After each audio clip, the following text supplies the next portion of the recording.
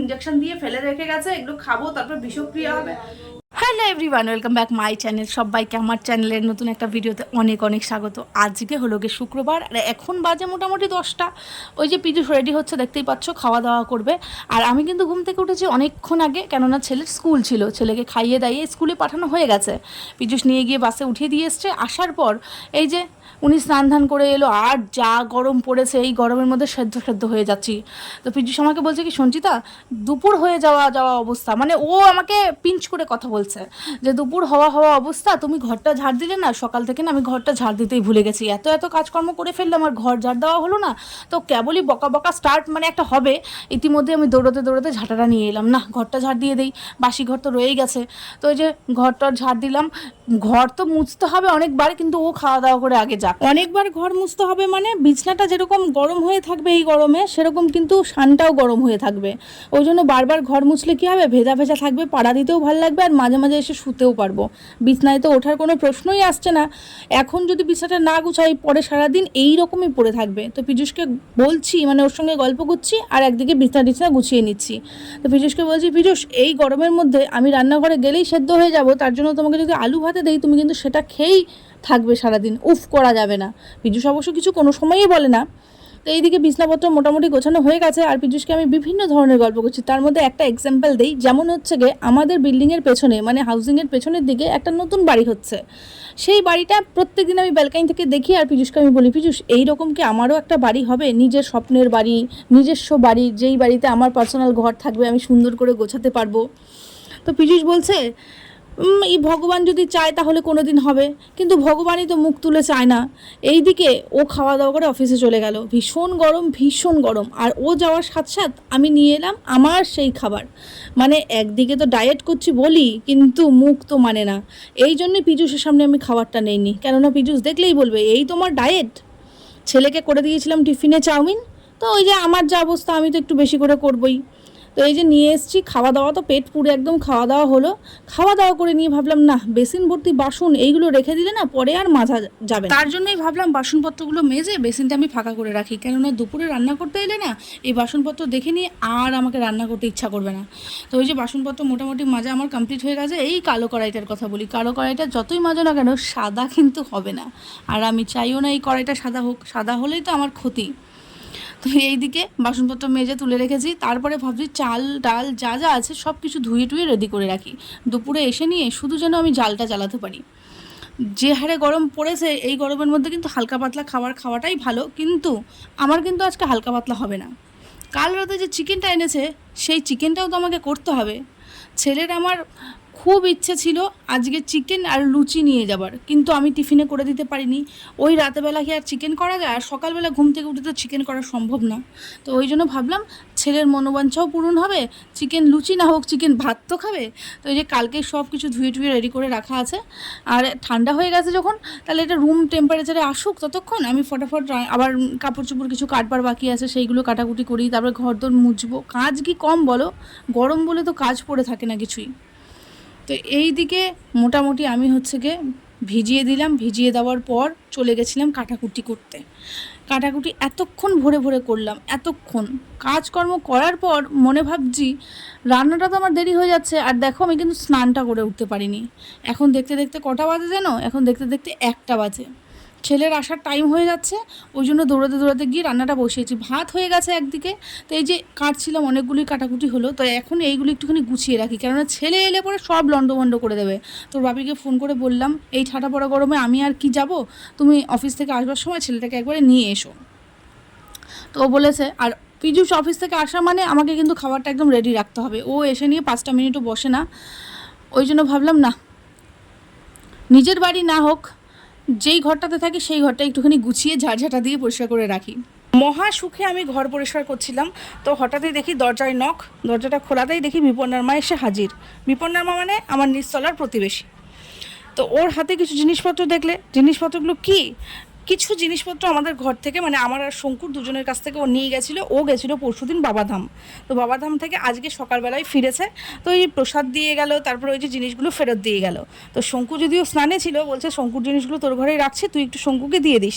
আরও একটা ইম্পর্টেন্ট কাজে আসছে। কাজটা এমন কাজ মানে তোমরা বিশ্বাস করতে পারবে না আমি এখন কত বড় বড় অর্ডার পাচ্ছি। আমার রান্নার হাত বন্ধুরা এতটাই ভালো যে আমাকে সবাই রান্নার জন্য কিন্তু আগে থেকে বুক করে রাখছে। ওর ঘরে আসবে রবিবার দিন লোক, আমাকে তার জন্য বলে গেল, সঞ্চিতা তুই কিন্তু আমাকে রবিবার দিন সকাল থেকে রান্না করে দিবি। তা আমি বললাম আমাকে কত দিবি, অ্যাডভান্স দিয়ে বুকিংটা করে দিয়ে যা। মানে আমি জাস্ট ভেবেই অবাক হচ্ছি বন্ধুরা, ভাবো আমি কত বড় রাঁধুনি হয়ে গেছি, বাড়ি বয়ে এসে মানুষ আমাকে বুকিং করে যাচ্ছে। ওর বুকিংটা চলছিল, ইতিমধ্যে দেখি ছেলেকে নিয়ে পিজুষ হাজির। আর তখনও কিন্তু আমার রান্না কমপ্লিট হয়নি, ওভেনে ছিল চিকেন। পিজুষ আবার তৎক্ষণাৎ ছেলেকে নিয়ে গিয়ে স্নানটা করিয়ে নিয়ে এসছে, মানে কাজটা আমার একটু কমিয়ে দিল।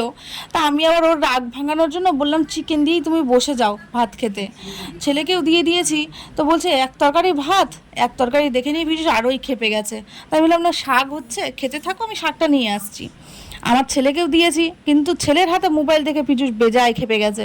ও খেতেও দেবে না আর ভাতও মেখে দেবে না। তো আমি বলাতে একটুখানি ভাতটা মেখে দিচ্ছে, তো ছেলের হাত থেকে বলছে মোবাইলটা দিয়ে দে আমাকে, মোবাইল আর তোকে দেখতে হবে না। তো ওই দেখো কি কাড়াকাড়ি, মোবাইল নিয়েই খেতে হবে। আর আমরা টিভিটাও কিনতে পাচ্ছি না, অনেক দিন হয়ে গেল টিভি কেনা হয়নি। তো ইতিমধ্যেই ছেলে হচ্ছে কি মোবাইলটা আবার রেখে দিল, দিয়ে নিয়ে ভদ্র মতন খেতে আরম্ভ করেছে। তারপরে খাওয়া দাওয়া কমপ্লিট করে আমি করলাম স্নান, কেননা আমার তো স্নান হয়নি। রান্নাঘরের কাজ কমপ্লিট করেছি, ছেলে টিউশনে গেছিলো, টিউশন থেকে এলো, আমি আবার একটু সেলাই করলাম। টিউশন থেকে আসার পর ছেলে বলছে মা ম্যাগি খাবো, তো ম্যাগি করতে এসছি। আর ওকে যখন টিউশনে দিতে গেছিলাম ফেরার পথে একটা মহান কাজ করে ফেলেছি, সেই কাজের কথা মনে পড়লেই খালি হাসি পাচ্ছে। তো আমি ভাবলাম আমি একা একা কেন হাসবো, তোমাদেরকেও একটুখানি আমি শোনাই। আদিকে আমি টিউশনে দিতে গেছি, টিউশনে দিয়ে নিয়ে আমাদের বিল্ডিংয়ে ঢুকছি, তখন দেখি হচ্ছে কি সাইকেলের মধ্যে একটা লাউ পড়ে রয়েছে। তো আমি ভাবছি কি লাউটা পড়ে রয়েছে, লাউটা কেউ নেয়নি, সকাল থেকেই পড়ে রয়েছে, কেউ নেয়নি, আমি নিয়ে চলে যাই। আমাদের তো প্রচুর লাউ খাওয়া হয়, মানে একটা চুরি করার এক্সপিরিয়েন্স হলো। তো ঘরের মধ্যে লাউটা নিয়ে এসে চুপচাপ রেখে দিয়েছি। কান্নাকার লাউ চুরি করলাম, বেশ মহান কাজ করলাম। বেশ মহান কাজ করলাম। লাউটা নিয়ে আসার পর একটুক্ষণ আগে, মানে এখন মোটামুটি 7:30 বাজে, তো ধরো এই 7টা নাগাদ আমি শঙ্কুকে দেখাচ্ছি। ছেলেকে টিউশন চলে এসছে টিউশন থেকে, তো ওর জন্যই টিফিন বানাচ্ছি। তো এখন আমি লাউটা দেখানোর পর শঙ্কু বলছে কি এটা কান্নাকার লাউ, ইঞ্জেকশন দিয়ে ফেলে রেখে গেছে, এগুলো খাবো তারপর বিষক্রিয়া হবে কি না কি হবে। আমি হচ্ছে গিয়ে খাবো না এই লাউ। আমি বলছি কি কেন খাবি না, দুটো এটা ভালো লাউ, কচি লাউ, আমাদের তো লাউ প্রচুর খাওয়া হয়, আমি খাবো লাউটা। তো এখন হচ্ছে গিয়ে শঙ্কু আমাকে বলছে দূর, জ্যৈষ্ঠ মাসে লাউ খায় যারা, মানে আমাদের গ্রামের দিকে একটা কথা প্রচলিত হয়েছে জ্যৈষ্ঠ মাসে প্রথম ছেলের মারা লাউ খায় না, লাউয়ের শাক টাক কিচ্ছু খায় না। ওমা তখন মনে পড়লো যে কেউ যে ফেলে রেখেছে সে ইচ্ছা করেই ফেলে রেখেছে এটা। আর আমি তো চুরি করে নিয়ে মহান আনন্দে একদম, মানে হচ্ছে একটা ফিলিংস যে ওমা চুরি করে নিয়েছি একটা লাউ, কি এমন মহান কাজ করছি। তারপরে এখন পীযূষও বলছে, যেটা আমি দেখছি সকাল থেকেই, কিন্তু এই লাউটা হচ্ছে গিয়ে লাউ তো খায় না আমাদের, জ্যৈষ্ঠ মাসে তো লাউ খাবে না। তা এখন ওই জন্য এটাকে কি করবো জানি না, এটাকে ফেলেই দেবো, যেখান থেকে পেয়েছি সেখানে গিয়ে রেখে দেবো, যদি কেউ খায় তাহলে সে নিয়ে নিতে পারবে, আমি ফালতু ফালতু আর এটাকে ওয়েস্ট করবো না। তা এখন হচ্ছে গিয়ে ছেলেকে একটুখানি ম্যাগিটা দেই, ম্যাগি মোটামুটি হয়েছে। পীযূষ এই মাত্রই ঢুকলো। আমার আম সত্ত্বগুলো কালকে যেগুলো আমি রোদে দিয়েছিলাম সেগুলো না ছাদেই ছিল, আর এখন সন্ধে হয়ে গেছে। তো সন্ধেবাতি দিলাম, দিয়ে নিয়ে পীযূষের আস্তে আস্তে দেরি হচ্ছে, তো কমলদাকে বললাম যে দাদা একটু নামিয়ে দেবেন, তো দাদা আমসত্ত্বগুলো নামিয়ে দিয়েছে। ওগুলো হচ্ছে গিয়ে কেমন হয়েছে, ওইগুলোর অবস্থা খুব সুন্দর, মুখটা দেখে মনে হচ্ছে বিচ্ছিরি, খুব সুন্দর হয়েছে, এটা কাল দেখাবো। এখন ওই যে বাজার থেকে কি কি সব নিয়ে এসছে, চাল ডাল সব কিছু ফুরিয়ে গেছে। রাতেরবেলা যদি আটা না নিয়ে আসে তাহলে রুটি খাওয়া হবে না, আর যদি চাল না নিয়ে আসে তাহলে পরে কালকের থেকে ভাত খাওয়া হবে না, এরকম অবস্থা হয়ে গেছে, শোচনীয় অবস্থা। তো ওই যে নিয়ে এসছে সব বাজার করে নিয়ে, এখন হচ্ছে কি পীযূষ হাত পা ধুপ ফ্রেশ হোক, ছেলেকে ম্যাগিটা দেই, দিয়ে নিয়ে আমি আবার একটুখানি হাঁটতে যাব। হাত পা ধোও, খেলতে যাবো, আর টাই খেলতে যাবা? হ্যাঁ, লোক নাই বলে খেলে আসো। যাবো।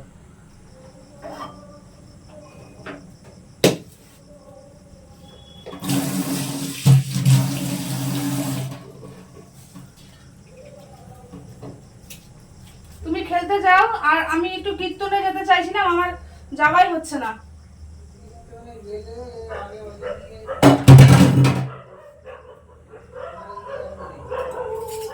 আজ যাবো কাল যাবো করে একটু কীর্তনে যাবো, কীর্তনে যাওয়া হচ্ছে না।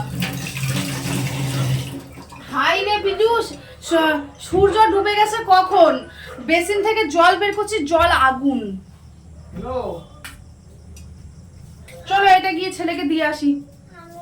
চল চল। কোনোদিনও শুনেছো চোর চুরি করার পর চুরি করা জিনিস আবার যথাস্থানে এসে ফেরত দিয়ে যায়?